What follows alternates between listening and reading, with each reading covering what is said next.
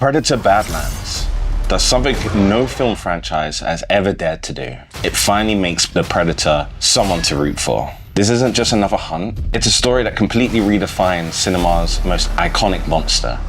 So, was it successful in its attempt?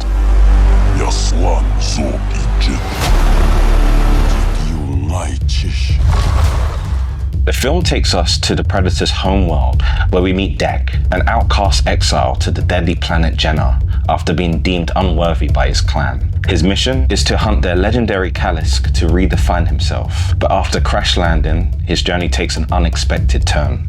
He forms an uneasy alliance with 𝐸𝐻, a damaged synthetic from the alien universe, an adopted native creature named Bud.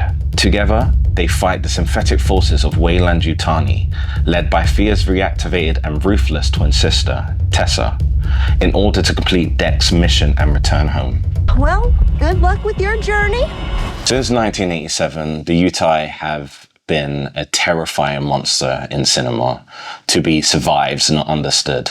Even in recent adaptations, it's always been the same. Not until now.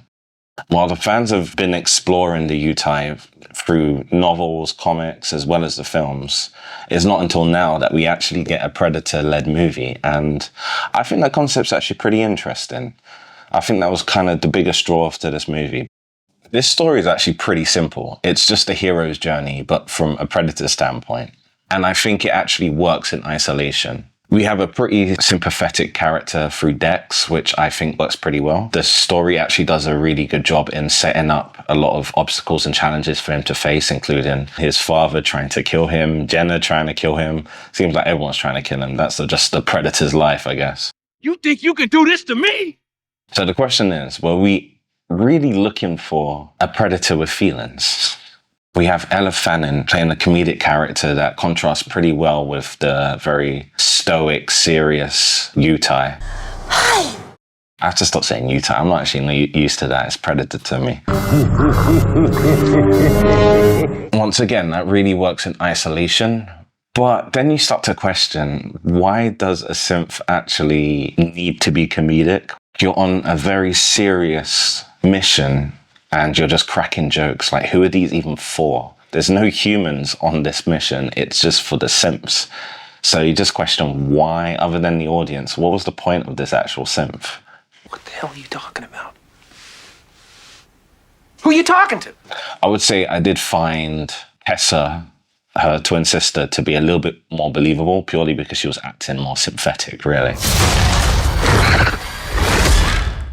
So the emotional core of this movie is finding your family. So you have the Predator who has just lost his, and he crashes on this planet and he's very reluctant to engage with the other characters unless they're useful to him. But eventually they start wearing down his defenses and he lets them in and they become part of his family. Once again, it's just a theme that I wouldn't have expected from a Predator movie.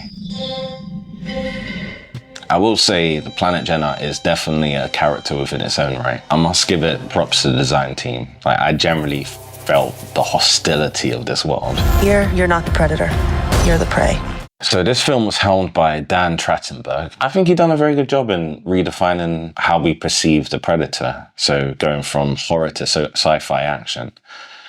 Just the question is that what we wanted? I think it would do a good job probably converting new fans into getting them interested in the Predator, but it's just such a stark contrast from everything that they've done previously that it probably won't service the pre-existing fans. So who is this film for? I would say if you just want to throw a film on in the background that just has dumb action scenes and somewhat likable characters with a couple occasional funny moments, then this movie is probably for you. So I will say, if you are willing to drastically change your perception of the Predator, I mean, it's no longer the gritty horror that it used to be. Now they're pushing it more to a sci-fi sort of action. It's even dropped its age range a bit. I was really surprised when I went to see this movie because I was sat right next to a family of two small kids, and I was just like, this would have never been the thing back in the day. I remember watching this film behind a pillow because it was so scary. Now, saying all that, I'm going to give this movie a half CritWatch, purely because I know that a lot of people are going to be pissed off by this film. It's not the Predator movie that we really want to see. I do respect that they're trying something new, and I feel like the genre definitely needs that, but maybe this wasn't the direction to go. So what do you think? Do you think the Predator is a decent hero, or do you think he should have kept as a villain? That's probably my take. Should it have been an 18 plus and actually show a little bit more gore? Let me know in the comments down below. I crit, you watch.